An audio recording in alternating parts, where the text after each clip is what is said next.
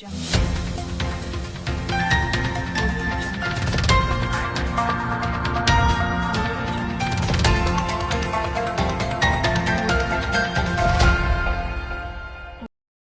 compromis a été trouvé entre l'APBF, le siège de la BNDA, et les SINABEF. Ils l'ont fait savoir à travers un communiqué signé par les 10 syndicats. Nous y reviendrons plus en détail.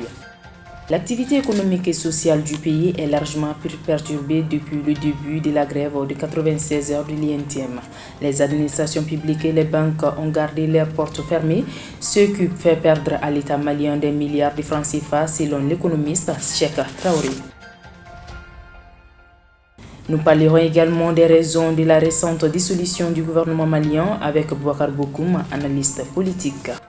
Mesdames et messieurs, bonsoir. Merci d'être parmi nous sur Liberté Télévision. Je le disais à l'instant, afin de rechercher les solutions possibles dans le sens de l'instauration d'un service minimum exceptionnel au niveau des banques et établissements financiers durant la période de la grève en cours pour soulager la souffrance de la clientèle. La PBF et les sièges de la BNDA ont initié une réunion d'échange avec le SINABEF. Ainsi, il a été décidé que les services minimums sera assuré dans les sièges des différentes banques qui seront ouvertes durant le moment de la grève. Reportage. Pour cette troisième journée de grève de l'Union nationale des travailleurs du Mali, UNTM, qui doit durer 2 jours, les agences des banques et établissements financiers restent fermées. Ainsi, face à la forte demande de la population, l'Association professionnelle des banques, assurances, établissements financiers, en collaboration avec le siège de la BNDA, ont rencontré hier le SINABEF pour trouver les voies et moyens afin d'atténuer la souffrance de leur clientèle. Ainsi, seul un service minimum sera assuré. C'est l'APBF, l'Association professionnelle des banques, assurances, établissements financiers, qui a demandé à nous rencontrer hier soir, qui m'ont appelé et qui ont souhaité qu'on discute de la gestion de la grève. Nous n'avons pas posé problème parce que notre Ségal Yacouba Katile lui-même a toujours été dans cette logique. Il a dit clairement que les secteurs sensibles peuvent envisager un service minimum, mais cela se fait en partenariat entre les partenaires sociaux et les patronats. Et c'est exactement finalement ce qu'on a fait. On a accepté l'appel et quand on est allé, on a rencontré une bonne équipe de ces professionnels des banques et établissements financiers, dont le vice-président de l'APB, avec lequel on a discuté sur les contours. Nous nous sommes convenus sur un certain nombre de points, notamment le virement des salaires pour les travailleurs. Ce sont les travailleurs qui sont payés, donc le virement des salaires des travailleurs, et également sur l'approvisionnement des guichets automatiques des banques. Parce que les guichets automatiques des banques, compte tenu de la durée de la grève, les guichets automatiques pourraient être en cours d'argent. Donc on s'est engagé à approvisionner les guichets automatiques des banques. Nous nous sommes engagés également pour la gestion de la problématique de la sécurité au niveau des gros clients, d'aller vers ces gros clients pour récupérer les fonds de ces gros clients pour les déposer en sécurité. Et voilà ce sur quoi nous nous sommes entendus. Mais bien entendu, nous avons exigé et insisté que les banques resteront fermées, que les caisses resteront fermées pour les usagers. Hors de question d'ouvrir les banques, hors de question d'ouvrir les caisses des banques. Ça, nous nous sommes convenus sur ça et nous avons acté sur cette base. Et nous respecterons notre engagement, quitte à ce que les patronats aussi respectent leur engagement. Mais nous avons prévenu, dès lors que nous sentirons des dérives, qu'on commence à ouvrir à ouvrir les banques et les caisses, nous serons obligés de revenir sur ce sur quoi nous nous sommes convenus et aller vers l'extrême. Malgré la grève, les transactions financières seront effectuées dans les sièges des différentes banques selon le secrétaire général du SINABEF. Les clients peuvent rentrer en possession de leurs dû par les guichets automatiques des banques. Nous l'avions dit, nous le disons encore, nous sommes dans un monde de digitalisation. Au-delà des guichets automatiques, il y a les Orange Money. Par le biais des Orange Money, on peut faire un appel de fonds de son compte vers son compte Orange Money. Tout ça, c'est pour régler des détails pour que les usagers puissent souffler un peu ceux qui ont besoin, ceux qui sont dans les hôpitaux, ceux qui ont besoin d'acheter des médicaments, etc., puissent être soulagés à ce niveau. C'est juste humain. Et c'est ça le sens même du service minimum. Quand on va au-delà, ça ne devient plus un service minimum. Et c'est sur ces points que nous nous sommes convenus avec nos patronats. Les agences qui sont dans Bamako seront fermées. Il n'y aura pas une seule agence qui va ouvrir. Il s'agit des sièges où on peut recevoir le gros versement. Encore une fois, les agences dans le district de Bamako seront fermées.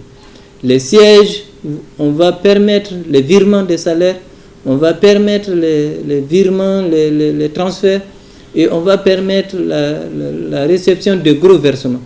Voilà ce qui sera fait. Dans les régions, les virements, dans les régions, les banques où il y a des virements seront autorisées également à faire des virements, mais les banques seront fermées, les caisses seront fermées aux usagers. Voilà ce qui est convenu. Et ça, nous allons observer. Il y aura un piquet pour observer, pour constater la réussite totale de la grève. Il faut rappeler que la centrale syndicale demande notamment l'harmonisation des primes et de la grille salariale de tous les travailleurs. Toujours dans les mêmes cadres, le mouvement de grève a paralysé plusieurs secteurs d'activité, notamment les administrations publiques et les banques. Lancé par la plus grande centrale UNTM qui proteste contre la dégradation des conditions de travail et le non-respect de nombreuses conventions ratifiées par le gouvernement. Selon Cheikh Traoré, économiste et directeur de l'exploitation de la banque BIOA à la retraite, les revendications de l'UNTM sont justifiées.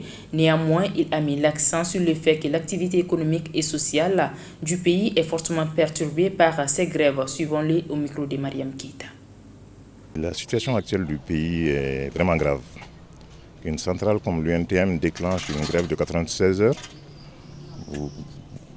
ça affecte automatiquement tous les secteurs de l'économie.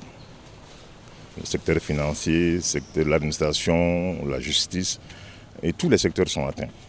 Et donc, une telle grève a des conséquences incalculables sur l'économie du Mali. Prenons seulement le secteur bancaire. Quand le secteur bancaire se met en grève, ça veut dire que les opérateurs économiques et tous les clients de ces banques-là n'ont plus accès à leurs ressources. Pour les opérateurs économiques qui passent souvent par le secteur bancaire pour faire les importations, ça veut dire qu'ils ne peuvent plus importer. Et ceux qui reçoivent de l'argent de l'extérieur ne peuvent plus également accéder à leurs fonds. Et donc ce qui fait que l'économie suffoque. Quand les banques ne tournent pas, l'économie suffoque complètement. Les structures sanitaires, les usagers des structures sanitaires ont des problèmes pour accéder à ces structures. Et même au niveau de la justice, les secrétaires de grève sont en grève, et ce qui fait que ça affecte également la justice. Et donc de façon globale, tous les secteurs de l'économie sont affectés. Mais c'est des milliards que l'économie perd par jour. C'est des milliards de francs CFA qui s'envolent comme ça par jour. C'est des manques à gagner terribles qui se chiffrent à des centaines de milliards de francs CFA. Et donc peut-être les statisticiens feront le point exact plus tard. Pour le moment, la grève continue. Mais voilà, c'est une perte énorme pour l'économie. Et pour que le pays s'en sorte, il faut dans un premier temps que les dirigeants prennent conscience. Et c'est une situation très très grave. Les syndicalistes là, de l'UNTM ne sont pas des inconscients. Ils savent que toutes ces revendications ne peuvent être satisfaites tout de suite. Mais en négociant, on peut trouver des terrains d'entente et puis remettre à plus tard les autres doléances. Et la dernière fois, le ministre chargé de la fonction publique et du travail a eu des propos, des écarts de langage qui a fait que les travailleurs, les représentants de l'UNTM ont claqué la porte et sont partis. Et justement, c'est des choses comme ça qu'il faut éviter. Parce que je me demande si ce ministre-là est conscient vraiment des enjeux. Il ne peut pas venir essayer de menacer les gens comme ça. Non, ça ne marche pas comme ça. Une négociation, ce n'est pas des menaces. Encore qu'il ne peut absolument rien. Et donc, il faut que le gouvernement prenne conscience que c'est une situation explosive, dangereuse. Ça peut aboutir à autre chose et que de négocier. Il y a une continuité dans la gouvernance. Et donc, c'est des documents qu'un gouvernement, ou bien eux-mêmes ont établis, ont signés, et qu'on doit mettre en application.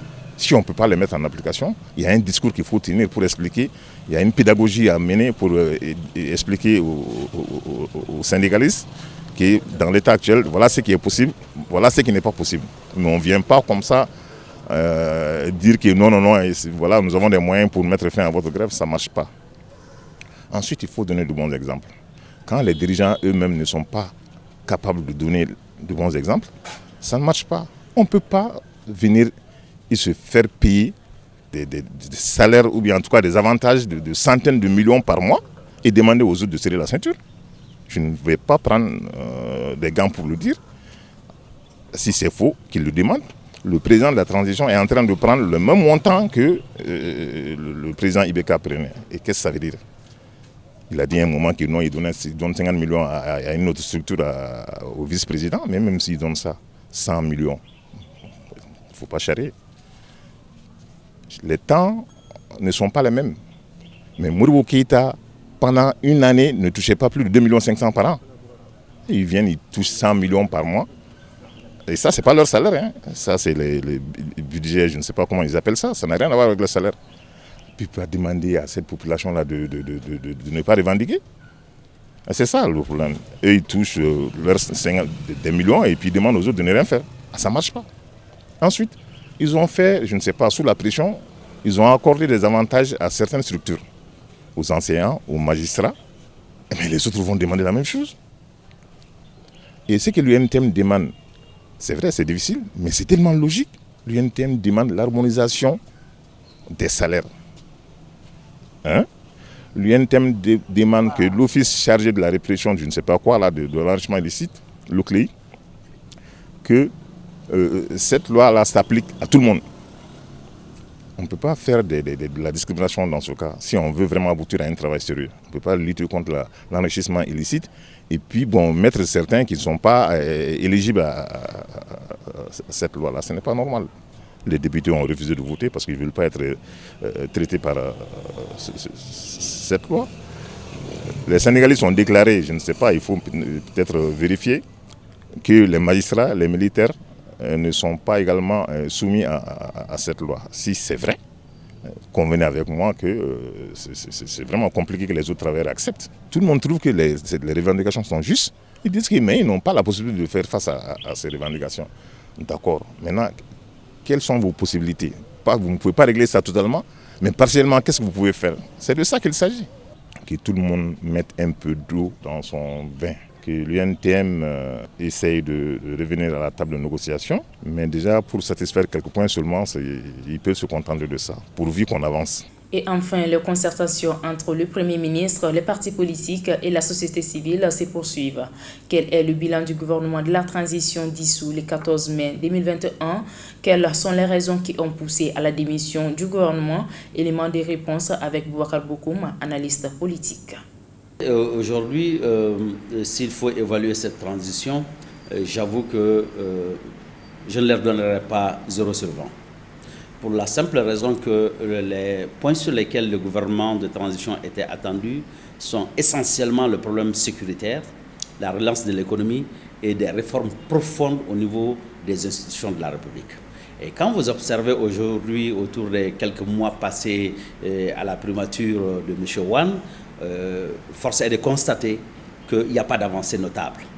Nous n'avons aucune visibilité réelle de quels sont les progrès réels que le Mali a engrangés en termes de relance économique, en termes de gouvernance administrative, politique et sociale. Donc, en réalité, s'il faut faire un bilan, je pense que ce gouvernement de transition n'a pas bougé. Parce que les attentes, cela est corroboré d'ailleurs par la fronde sociale qui est en cours ces derniers jours. Ça montre qu'en son temps, nous avons dit si la transition dépassait 6 mois, ça veut dire qu'ils vont s'installer dans la gouvernance. Et s'ils s'installent dans la gouvernance, ça veut dire que c'est un échec. La réalité de la gouvernance est que les revendications vont continuer, le fonctionnement normal de l'État va fonctionner et malheureusement, ils n'auront pas l'appui nécessaire au niveau des institutions internationales en termes de capacités financières pour répondre à la demande du citoyen. Donc, techniquement, ce n'est pas possible pour une transition de lever des fonds conséquents pour aller vers un développement. Ils n'ont pas la capacité de lever des fonds pour satisfaire les besoins des revendications.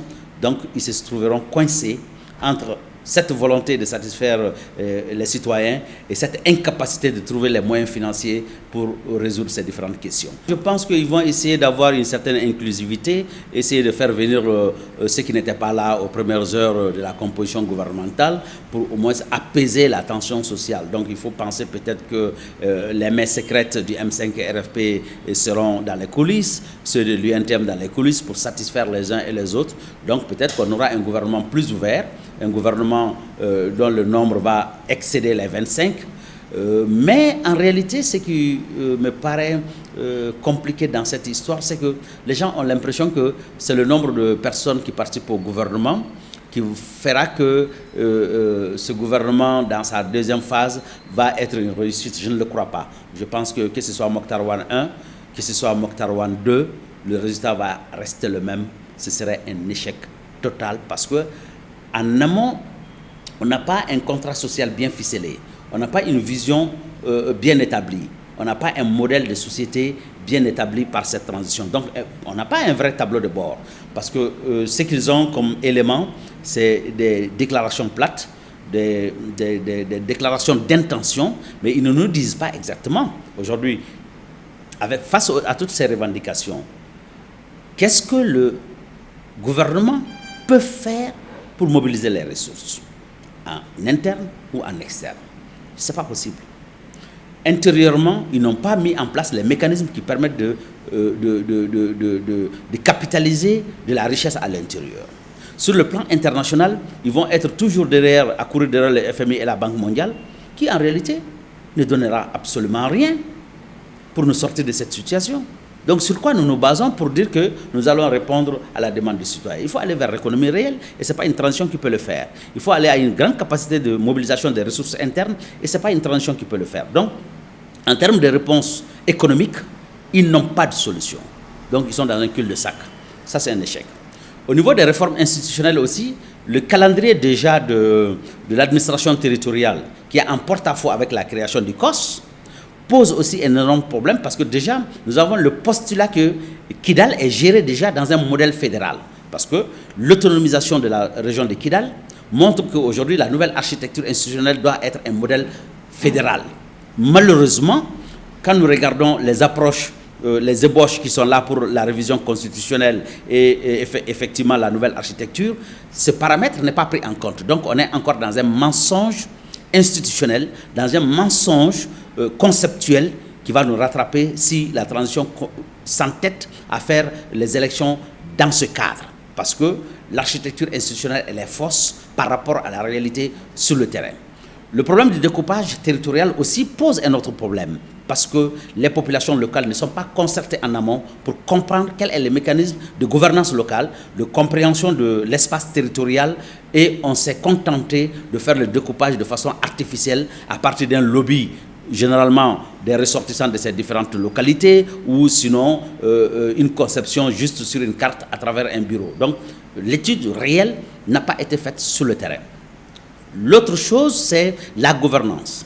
Nous avons un déficit énorme de gouvernance parce que la population ne se reconnaît pas dans ce modèle de gouvernance. Donc, il y a une rupture énorme entre les gouvernés et les gouvernants. Parce que les consultations, toutes les consultations que nous avons eues n'ont jamais été sincères en réalité. Les concertations, le dialogue d'entente nationale, le déni n'ont pas été réellement sincères pour aller écouter le peuple réellement jusque dans les hameaux, et que cette restitution puisse permettre d'avoir une ligne qui permette de gouverner avec le concept social et culturel. Donc cela n'a pas été fait. On se rappelle au déni que les consultations de base, une fois arrivées à Bamako, ont été mises de côté, et finalement on a fait une autre conférence bis concernant que Bamako, en ne prenant pas compte déjà des concertations qui ont eu lieu à la base. Donc il y a un problème parce que la synthèse objective n'a pas été faite et on n'est pas allé très loin. Et malheureusement, on est sorti avec des multitudes de recommandations et de résolutions sur lesquelles on n'a pas de capacité de mise en œuvre. Donc aujourd'hui, je pense qu'il faut aller à des assises qui vont permettre au peuple de s'exprimer réellement et que cette prise de parole puisse permettre d'avoir un modèle de gouvernance. Donc il faut une certaine souveraineté pour que les décisions qui vont sortir de ces assises puissent être exécutoires. Voilà, c'est tout pour ce journal d'information. Merci de nous avoir suivis et bonne suite des programmes sur la Liberté Télévision.